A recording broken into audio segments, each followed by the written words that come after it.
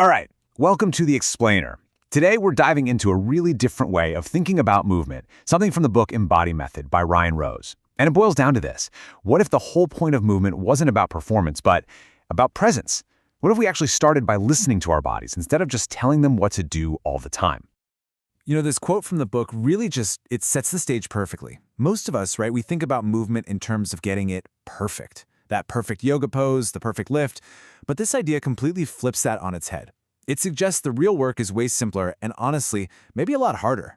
Just showing up, being present with your body just as it is right now. So, have you ever felt that weird disconnect where it feels like your body just isn't listening back to you? You want to do something, but your body is just like, nope. It could be a tightness you can't seem to release or this exhaustion that you just can't explain. Well, that's what we're going to get into. Where does that actually come from? Okay, so let's dive right into that feeling. The book makes this really powerful argument that this disconnect, it's not you failing, not at all. It's actually an invitation. It's the starting point for a completely new kind of conversation with your body. And the way the book describes this moment is just spot on. It's not some big, dramatic failure, right? It's quiet. It's that feeling when the lines of communication with your body just feel crossed. And that can lead to a really powerful realization. Maybe you stopped listening first. And what's so interesting is how the book frames these feelings. Things like feeling unsafe when you slow down or unsettled when you're still. These aren't personal flaws. The author calls them learned adaptations. They are your body's incredibly intelligent response to a culture that's constantly screaming at us to push through, to ignore our own signals just to be more productive. And this right here is a total reframe of that whole experience. That moment when you feel like your body stops listening, it's actually the moment it's speaking the loudest. It's not failing you, it's protecting you from being overwhelmed. It's basically begging you to finally listen back. Okay, so to really get why so many of us feel this way, we have to look at what the author calls the old story of fitness. You know, that whole performance paradigm that most of us just kind of inherited without ever really questioning it. The book points out this set of almost unwritten rules that you see in most fitness classes. We're taught that going hard, that intensity, is proof that we're working hard. But here's the question the book poses. What if that constant push is actually just overwhelming your nervous system? What if it's making it impossible for you to truly learn and adapt? This comparison, it just lays out the conflict perfectly. On one side, you have our fitness culture, which is all about output and intensity. But on the other side, you have our biology, our actual nervous system. And what is it asking for? Something totally different. It's asking for presence, safety, and the freedom to choose what feels right for you. So the point here isn't that these performance-based systems are bad. It's that they're incomplete. They were designed to squeeze out the maximum output long before we really understood the body's true operating system, the nervous system, which, by the way, is always scanning for safety. So all of this brings us to what the book calls the new story of movement, and it's built on a pretty radical idea. What if fitness wasn't a battle against your body, but a relationship with your nervous system? The book really wants us to redefine the nervous system. It's not just some obstacle we have to overcome. It's our most honest guide. It's the part of you that knows your real capacity way before your conscious mind catches on. And here's the thing. It never, ever lies. And you can see how this plays out in real life, right?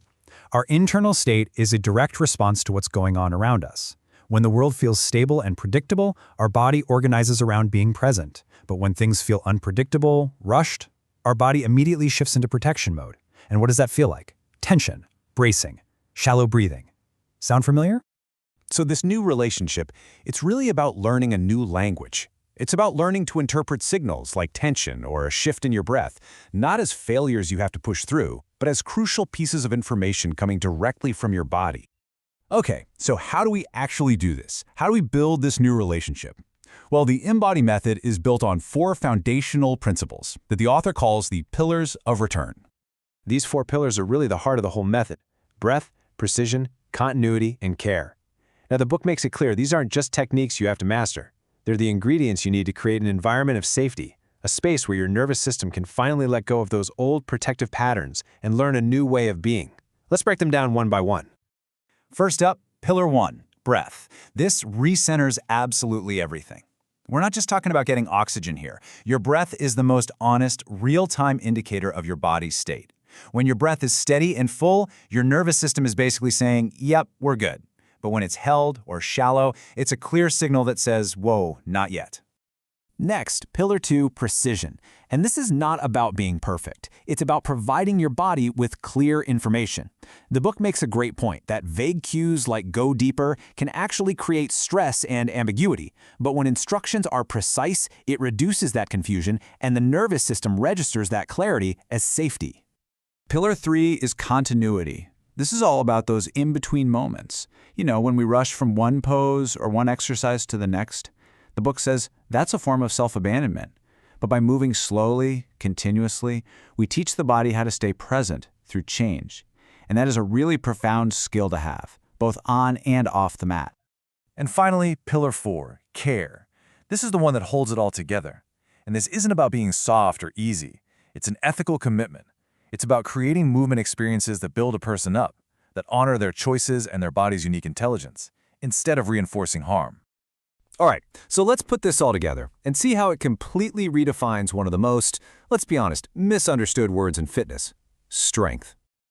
This right here, this is the ultimate paradigm shift that the book offers. Real sustainable strength isn't about gritting your teeth and just pushing through pain. It's about building a relationship of trust with your body so that it feels safe enough to access its full capacity without all the bracing and the strain. And when you think about it that way, it changes the goal entirely, doesn't it? Success is no longer about hitting some performance metric or achieving a certain shape. It's about an internal feeling. It's that sense of belonging to yourself again, of being truly at home in your own skin. So we'll end with this question from the author, which is really an invitation to explore what becomes possible when we stop fighting our bodies and start moving with our nervous system. What if every single movement wasn't a task to get done, but a way of coming home to yourself?